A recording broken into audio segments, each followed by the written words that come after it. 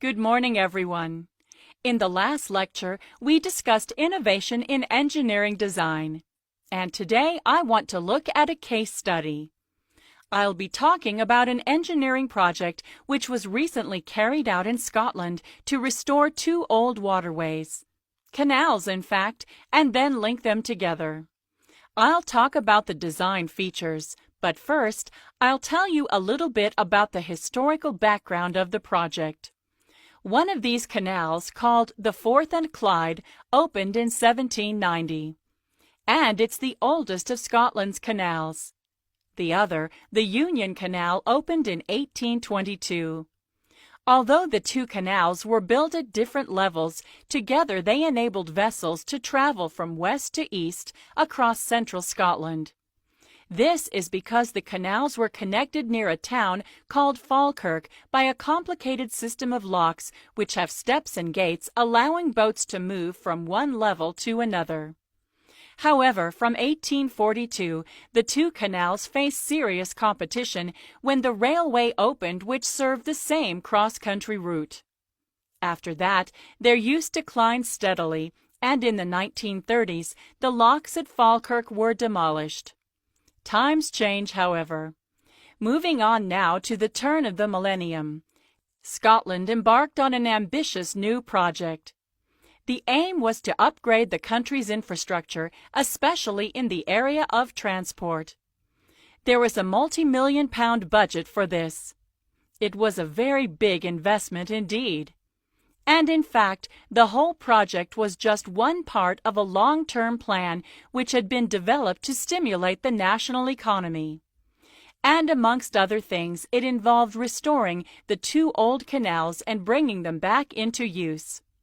However, there was one major challenge, as I mentioned just now.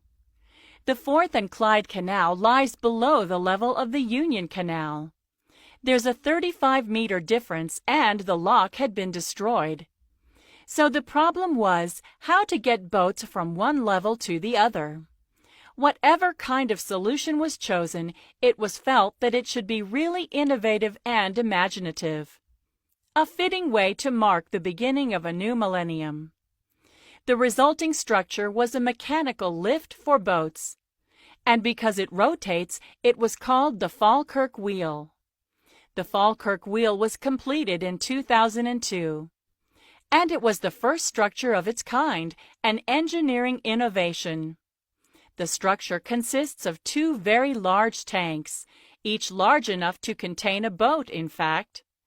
These are fixed onto opposite sides of a vertical arm. Basically, what happens is that the arm lowers one boat from the higher canal to the canal below. And at the same time, it raises another boat from the lower canal to the level of the upper canal. How does this work? Well, the tanks are mounted in such a way that they stay in a horizontal plane.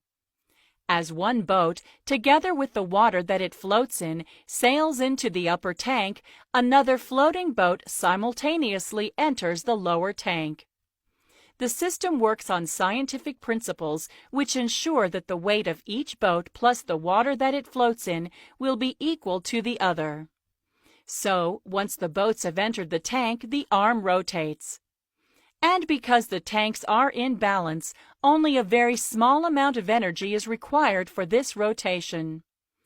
Engineers generally agree that the Falkirk Wheel is highly functional. It's also visually stunning. It's an unusual shape. It looks very attractive with a lot of curves. In fact, it almost looks like a sculpture. So, where was the Falkirk Wheel manufactured?